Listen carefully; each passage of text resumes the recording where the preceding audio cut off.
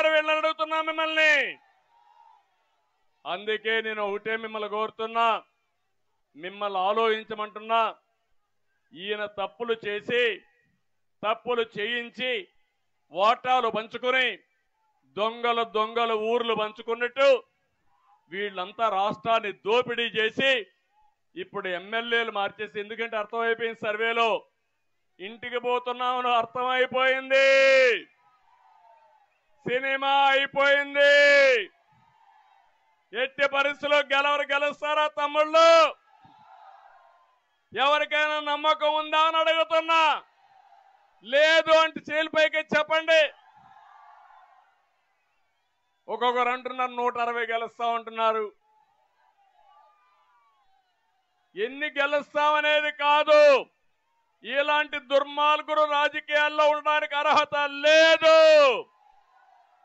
అందుకే అడుగుతున్నా, ఈరోజు గెలిచిపోతామని ధీమాతో ఇంట్లో పడుకుంటే మోసపోయేది మనమే, ప్రజలు మోసపోతాం. కష్టపడండి. జనసేన తెలుగుదేశం పార్టీ కార్యకర్తలకు విజ్ఞప్తి చేస్తున్నా, ఇంటింటికి తిరగండి, ప్రజల మద్దతు కూడగట్టండి, ప్రజా చైతన్యం తీసుకురండి. ఈ రాష్ట్ర భవిష్యత్తు కోసం ప్రజల్లో ఉత్తేజాన్ని తేండి, వాస్తవాలు చెప్పండి. ఎవరైనా కానీ మాకు పెన్షన్ వస్తుందంటే వాళ్ళకు కూడా చెప్పండి. 200 రూపాయలు పెన్షన్ 2000 రూపాయలు చేసింది నేనే. అదే తెలుగుదేశం వచ్చుంటే మొదటి నెల నుంచి 3000 వచ్చేది. 250 ఇప్పుడు మాత్రం 3000 చేశాడంట. నేను ఒకటే హామీ ఇస్తున్నా,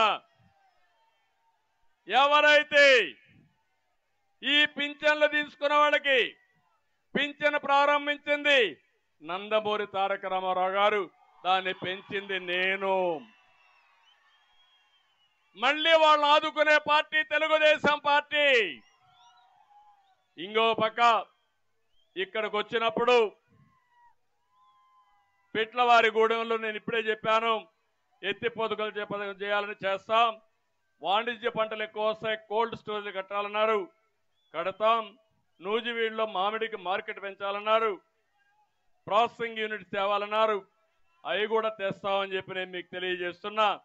ఇవి కాకుండా ఇంకో పక్కన ఇక్కడ కొండూరు, విస్సన్నపేట, గంపలగూడెం ఇక్కడ కిడ్నీ వ్యాధులున్నాయి, చాలా తీవ్రంగా ఉంది.